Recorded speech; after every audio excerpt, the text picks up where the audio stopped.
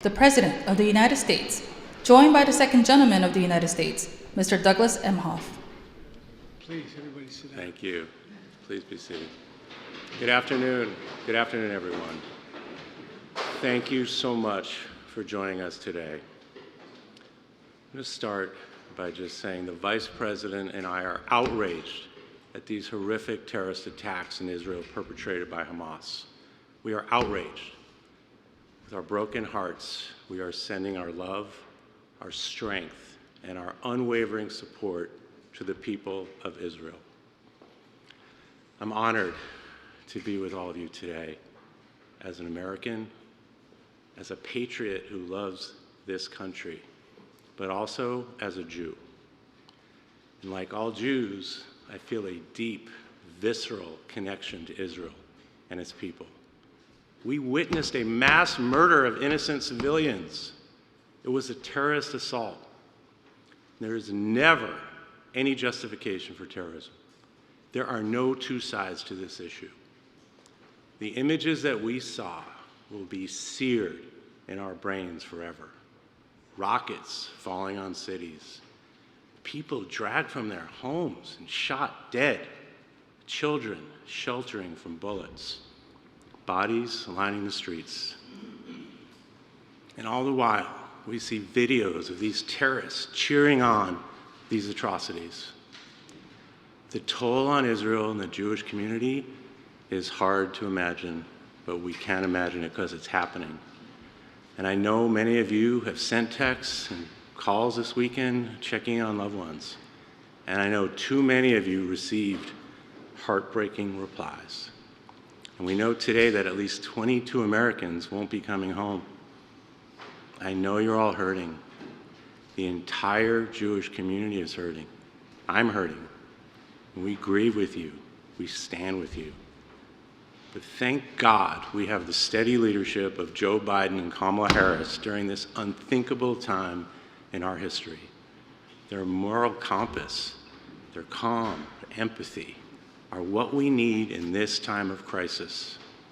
And we saw that yesterday when President Biden, with Vice President Harris and Secretary Blinken by his side, powerfully addressed the nation and made clear to the world that Israel has the United States' unwavering support. Our President and Vice President are making sure Israel has what it needs to defend itself. We are grateful for their leadership and support for Israel at this exceptionally difficult time. We also acknowledge and address how these events will impact us as Jews, and why we're here to have this discussion. And I know many of us feel a deep fear that these attacks will, unfortunately, and already have, led to a rise in hate and anti-Semitism. We're already seeing it. And that's why this discussion and the work you and your organizations do is so vitally important. Almost a year ago, I sat right in this spot, in this very room, and many of you were here with me that day. And then we called attention to the epidemic of hate that we're facing. And following that meeting, we took action. And in May, the Biden-Harris administration released the first ever national strategy to counter anti-Semitism. The plan includes over 100 meaningful actions we are taking right now to fight back against anti-Semitism and hate. And each of you played a role in crafting this strategy. We couldn't have done this without you. So thank you for the work that you've done, that you're continuing to do. And as we're going to discuss later, myself and the Biden-Harris administration officials are working with federal, state, and local leaders to implement this plan across the country. We're going to continue to bring people together, and importantly, we're going to build coalitions to fight back against hate. We cannot do this alone.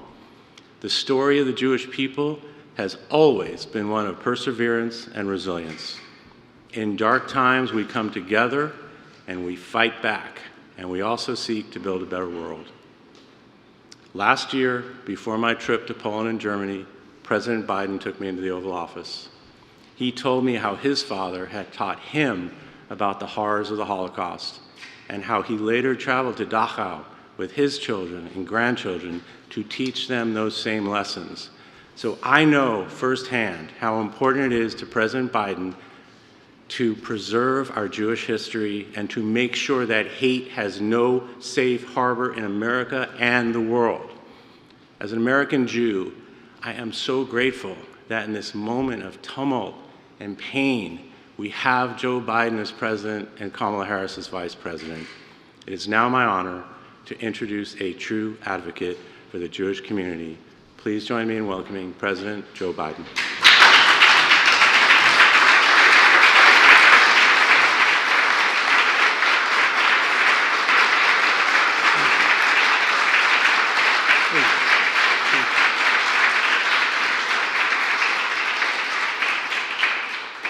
Folks, I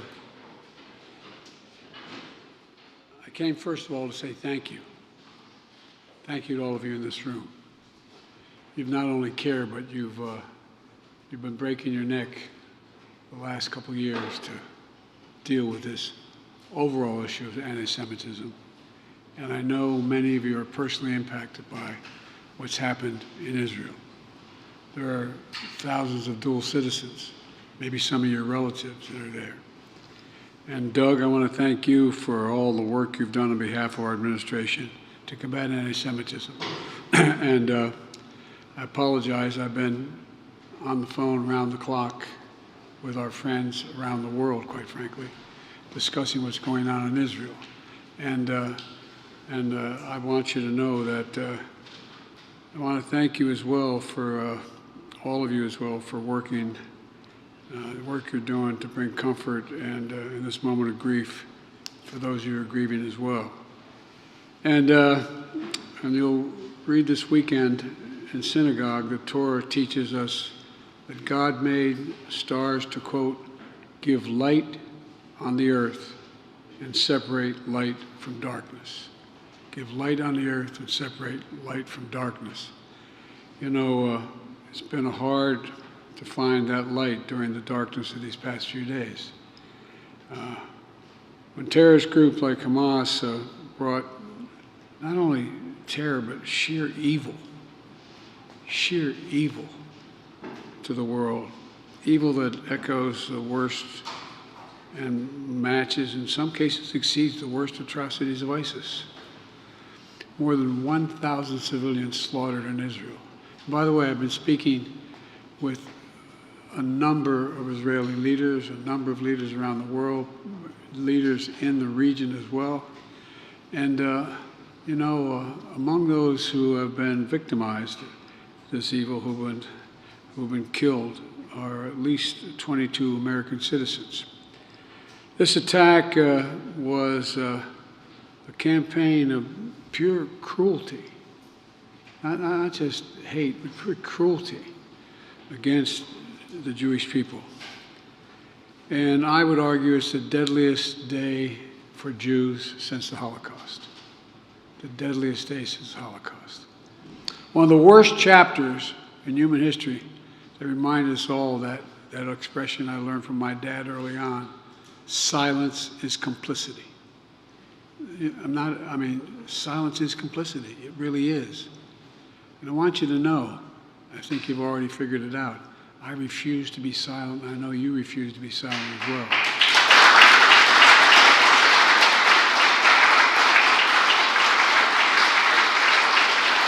And you all, I know you're here with my senior staff. You all represent a voice that America has to hear. America can't be silent. You know, we not only reject terrorism, but it goes beyond that. It goes beyond rejecting terrorism. You know, I spoke with Prime Minister Netanyahu for I don't know how many times, but again this morning. And already we're surging additional military assistance to the Israeli Defense Force, including ammunition, interceptors to replenish the Iron Dome, and we've moved the U.S. carrier fleet to the Eastern Mediterranean, and we're sending more fighter jets there in that region, and made it clear to the Iranians, be careful. We want to make it real clear. We're working on every aspect of the hostage crisis in Israel, including deploying experts to advise and assist with recovery efforts. Now, the press is going to shout to me, and many of you are, that, what are you doing to get these folks home? If I told you, I wouldn't be able to get them home. Folks, there's a lot we're doing. A lot we're doing. I have not given up hope on bringing these folks home. But the idea that I'm going to stand here before you and tell you what I'm doing is bizarre. So I hope you understand how bizarre I think it would be to try to answer that question. In the days ahead, we're going to continue to work closely with our partners in Israel and around the world to ensure Israel has what it needs to defend its citizens, its cities, and to respond to these attacks. As I said yesterday, my commitment to Israel's security and the safety of the Jewish people is unshakable. The United States has Israel's back, and I have yours as well, both at home and abroad. You can see the pain in some of your faces. I walked into this room. You okay, kiddo? Well, your fear for family, friends back in Israel. You worry about kids being targeted in school, about going about their daily lives. You're hurt by the downplaying of Hamas's atrocities and blaming Israel. This is unconscionable. And I've asked members of my team, including Homeland Security Secretary Mayorkas and Attorney General Garland, to work intensively with our Jewish community partners so many of you here to set up security around Jewish life in America, identify, prevent, and disrupt emerging threats that occur. We're also going to continue to condemn and combat anti-Semitism at every single turn, at every turn. The past few days have been a solemn reminder that hate never goes away. Hold on a second, I used to think you could defeat hate, that you could make it, all it does is go underground. It just goes underground, it doesn't go away. It only hides until it's given a little oxygen, a little bit of oxygen. And that's why I've secured the largest ever increase in funding for physical security for nonprofits, including synagogues, Jewish community centers, Jewish day schools. And in May, we released the first ever national strategy to counter anti-Semitism with the input from many of you in this room. Many of you in this room helped write that. It's the most ambitious, comprehensive effort to combat anti-Semitism in American history, in all of American history. And we're aggressively implementing it. But we must all do our part and forcefully speak out against anti-Semitism and push back against the attempts to deny or distort the facts. To make clear, there is no place for hate in America. Not against Jews, not against Muslims, not against anybody. And we mourn the act you and so many leaders have across the country, showing us what thousands of years of Jewish history has shown us. The enduring strength, and I mean this sincerely, the enduring strength and spirit of the Jewish community. If you excuse a point of personal privilege, you should say in the Senate. That's why I took my kids, everyone when they turned 14 years old, one at a time, put them on a plane and took them to Dachau. I wanted them to see that you could not know what was going on walking through those gates. You could not fail to understand as a country what was going on. And that's a fact. It had a profound impact on my children and my grandchildren. Some thought taking a 14-year-old grandchild was not a mistake, but I took them one at a time. I got 3 more to go. And folks, it's important. The miracle of Israel is Israel. It's Israel itself. The hope it inspires. The light it represents to the world. And folks, I was asked in one of my very frank conversations with Bibi and with Herzog, so why do I feel so deeply about this? It's not about the region. I truly believe, were there no Israel, no Jew in the world would be ultimately safe. It's the only ultimate guarantee. The only ultimate guarantee. The only ultimate guarantee. And folks, because of you, and I mean this sincerely, because you're speaking up, because of the intensity and the intellect and the brilliance you bring to this cause, I think we have a chance to end this in a way that is, it makes it very difficult for it to be repeated. I want to thank you for your leadership. And as I said, there's a lot to talk about. And, but I'm really, quite frankly, concerned as to, it's hard to talk about this without detail. And it's contrary to our interests to let out the detail of what we're going on. I mean, this is just round the clock, as you understand. You fully understand. But, you know, I've known Bibi for over 40 years. In a very frank relationship. I know him well. And the one thing that I did say, that it is really important that Israel, with all the anger, frustration, and just, I don't know how to explain it, that exists, is that they operate by the rules of war. The rules of war. And there are rules of war. And I believe Israel is doing everything in its power to pull the country together, stay on the same page, and we're going to do everything in our power to make sure Israel succeed, and God willing, to bring home those Americans who are in harm's way. I'm going to let you all have the private conversation you've been having, which you should continue to have, but it just came to basically, I really mean it from the bottom of my heart. I give you my word as a Biden. Thank you. Thank you for the intensity of your support. It matters. It matters that Americans see what's happening. I mean, I've been doing this a long time. I never really thought that I would see and have confirmed pictures of terrorists beheading children. I never thought I'd ever, anyway,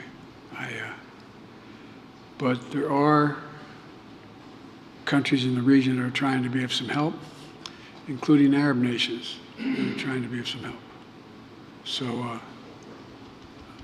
anyway. Mr. President, where do you draw strength and inspiration in these troubling times? From my faith. From my faith. My faith that at the core of every human being is a spark of humanity and decency. And it's got to be touched. It's got to be spoken to. That's what you do. That's why you're here. It's not about, you know, revenge. It's about decency. Just basically decent. Just basic decency. Treating people with a sense of, I don't know quite how to say it, but I know we can overcome this. I know we can overcome this. Look, I don't know anything about the kind of loss it's talking about, but I know a little bit like to feel loss, lose people you adore, get a phone call saying they're gone. I get that part. Not the same, but I get the part. And what I've learned is that as we persevere, we can grow. And the day will come when the memory of that person or those persons bring a smile to your lips before it brings a tear to your eye. It will happen. It will happen. But God, it takes a long time sometimes. And when it's born out of something that has been anything from a mistake to a vicious intent, you know, it varies in degrees. I'm not saying I know the same. But I just, look, I mean,